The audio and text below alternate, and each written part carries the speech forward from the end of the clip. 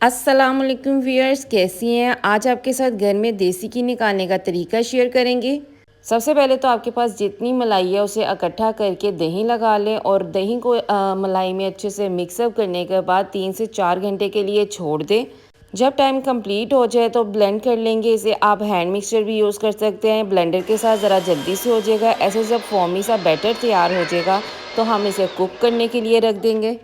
याद रहे आपने यहाँ पे जो फ्लेम है उसे लो रखना है और तकरीबन 15 से 20 मिनट के लिए इसे कुक करना है। देसी घी शानदार सा निकल के तैयार हो जाएगा।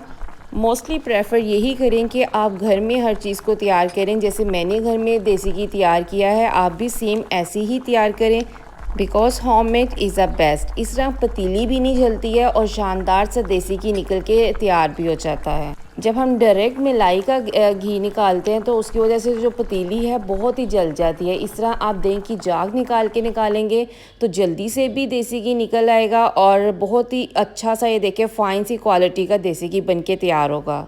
वीडियो को लाइक एंड शेयर करें। अल्लाह हाफिज़।